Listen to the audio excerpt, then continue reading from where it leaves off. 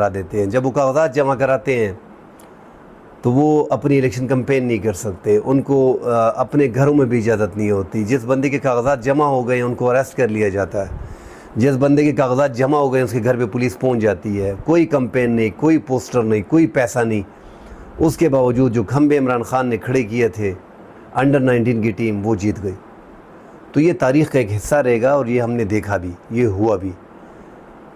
ये हमने इससे पहले सुना था कि भुट्टो के दौर में भी थोड़ा बहुत ऐसे हुआ था, मगर इस दौर में जो हम जी रहे हैं, इस दौर में 8 फरवरी 2024 के इलेक्शन में, इसमें कोई शक नहीं है कि खंबे 8 फरवरी को जीत गए। 9 फरवरी को दूसरी बात है कि फॉर्म 47 पे खंबों को हराया गया है। बहुत से खंबों को, तकरीबन 80-90 खंबों को जो है वो 9 फरवरी को हराया गया है फॉर्म 47 पे, इसमें कोई शक नहीं है। अब ऐसे लोग जो जीत के आते हैं तो वो